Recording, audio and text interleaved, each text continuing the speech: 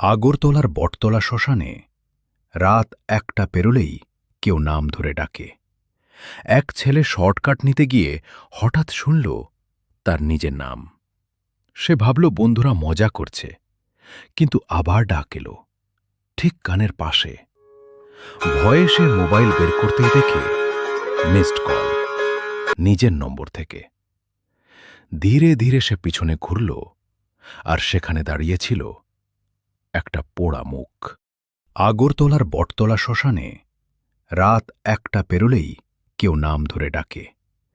এক ছেলে শর্টকাট নিতে গিয়ে হঠাৎ শুনল তার নিজের নাম। সে ভাবল বন্ধুরা মজা করছে, কিন্তু আবার ডাক এলো ঠিক কানের পাশে। ভয়ে সে মোবাইল বের করতেই দেখে মিসড কল, নিজের নম্বর থেকে। ধীরে ধীরে সে পিছনে ঘুরল, আর সেখানে দাঁড়িয়েছিল একটা পোড়া মুখ।